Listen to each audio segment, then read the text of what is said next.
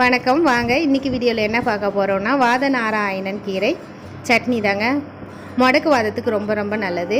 வாயு பிரச்சனை இருக்கிறவங்க, கை கால் வலி இருக்கிறவங்க இந்த கீரையை சாப்பிட்லாம். இது வந்து மரத்துலேருந்து தான் கிடைக்கும். இந்த கீரை வந்து இந்த மாதிரி நல்லா கிடச்சின்னா பறித்து இந்த மாதிரி ஆஞ்சிட்டு கழுவுங்க, உருவிட்டு கழுவுங்க. ஏன்னா குட்டி குட்டியாக இருக்கிறதால தண்ணியிலே போய்டும், அப்புறம் வடிகட்டிக்குங்க. இப்போ எப்பயும் தக்காளி சட்னிக்கு வதக்க மாதிரி தான். காரத்துக்கு தகுந்த மாதிரி காஞ்ச மிளகா, வெங்காயம், இஞ்சி, தக்காளி போட்டு நல்லா வதக்கிட்டு தேவையான உப்பு சேர்த்து ஒரு நிமிஷம் மூடி வச்சுருங்க. அதுக்கப்புறமா கருவேப்பிலையும் சேர்த்துக்கோங்க. கருவேப்பிலையும் சேர்த்துட்டு அதுக்கப்புறம் இந்த கீரையை வந்து போட்டு ஒரு நிமிஷத்துக்கு மட்டும் வதக்குங்க, ரொம்ப வதக்க தேவையில்லை. இது ஆறுறதுக்கு அப்புறமா நம்ம சட்னி அரைச்சி எப்படியும் தாளிக்கிற மாதிரி தாளிச்சிக்க வேண்டியதான். இட்லி தோசைக்கு சூப்பராக இருக்கும், உடம்புக்கு நல்லது. நமக்கு நிறைய இயற்கை வந்து நம்மளை பார்த்துக்கிற மாதிரி நிறைய கீரை வகைகள் இருக்குது. அதில் இந்த கீரை ரொம்ப ரொம்ப நல்லது.